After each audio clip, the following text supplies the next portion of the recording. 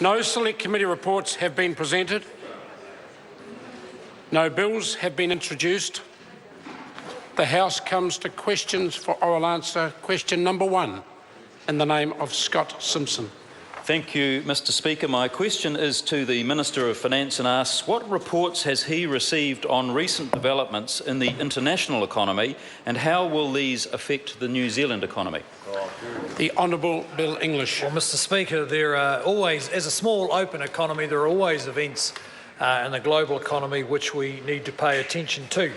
There is a recent report, for instance, that the government of Greece has struck an outline deal with creditors on proposed terms of a bailout package. This would bring some more stability in the European Union, a necessary but not sufficient condition for stronger growth in the EU, which is a market for 12% of New Zealand's goods and services exports.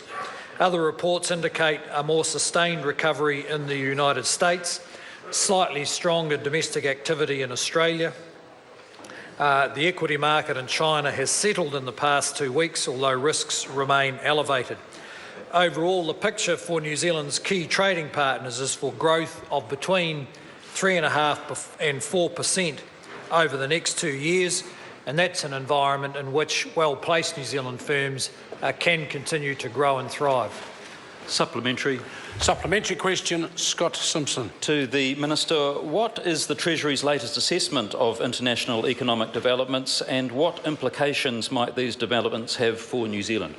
The Honourable Bill English. Mr Speaker, our Treasury reports that data from our trading partners in July was broadly positive, with employment growth in manufacturing services in the US, the UK recovery continuing, and both UK and US monetary policy now expected to tighten, actually a positive sign for growth prospects in their economy. And Australian employment grew by 2% in the year to June, although unemployment also increased slightly. Overall, Treasury concludes that risks arising from Greece and China have receded somewhat, and there has been an improvement in the outlook for our trading partners that is positive for the New Zealand outlook. Supplementary. Supplementary question, Scott Simpson. To the Minister, what factors are supporting the New Zealand economy as a whole in the wake of the decline in dairy prices? The Honourable Bill English. Well, Mr Speaker, I think fundamentally it's the pressure that has been on New Zealand's export industries through a period where the exchange rate was very high, up to 88 cents against the US dollar. So export businesses had to become much more efficient simply to survive, and they did. Today, the Kiwi is buying closer to 65 cents, a 25% reduction, which is assisting those businesses to be more competitive at a time when they have certainly earned it. The ANZ's measure of our commodity prices in New Zealand dollars are down 7.3% in the last year. This fall has been driven mainly by dairy, but it makes the point that even though dairy prices have fallen significantly, the overall commodity price index has fallen only 7.3%. And of course, alongside that, interest rates and the exchange rate look like they're continuing to fall. Supplementary question, Grant Robertson. In light of his answer to the question before last, that the risk from China's slowdown has receded, how then does he explain reports from China that not only have there been an 8% year-on-year drop in exports, there's also been an 8% year-on-year drop on imports, and people reporting on the Chinese economy are suggesting that the crisis is far from over?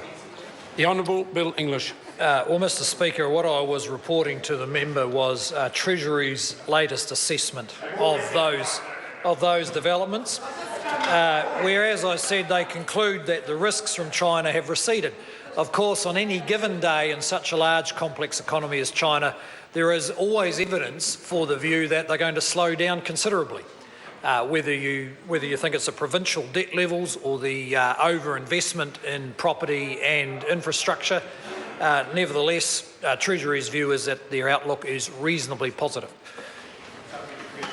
Supplementary question, Grant Robertson. In light of that answer then, does he prefer Treasury's advice to that of Sharon Zollner from ANZ, who said, quote, "It is a sea of red across the entire commodity complex, which is not telling us anything good about global growth and resource-hungry China in particular"? The Honourable Bill English. Well, Mr Speaker, I think you're referring to a comment by the ANZ. It's their commodity index that shows actually the fall in the last 12 months has been just 7.6% decline, and the New Zealand dollar value of New Zealand commodities is, I might say with respect, not a sea of red, although I have noticed the tendency of bank economists recently to compete for making the most outrageously negative comment. But of course they have to go a long way to be more negative than the finance spokesman for the opposition. Supplementary. Supplementary question, Scott Simpson. Thank you, Mr Speaker. What sectors are supporting growth in foreign earnings for the New Zealand economy? The Honourable Bill English. Well, Mr Speaker, the non-dairy sectors make up 80% of the value of our foreign exchange earnings in a typical year. 80%. This includes ICT, international education services, horticulture, high-tech manufacturing and inbound tourism. They can all be reasonably expected to play an increasing role in propelling growth in the economy in the year ahead. The potential for further growth in inbound tourism, for instance, is significant. Stats New Zealand accommodation survey published this morning found that national guest nights were up for the 15th consecutive months, and 10 of 12 regional areas had more guest nights, with the South Island guest nights up 3.8% and the North Island up 2.7%. And I can understand why more people want to go to the South Island than the North Island.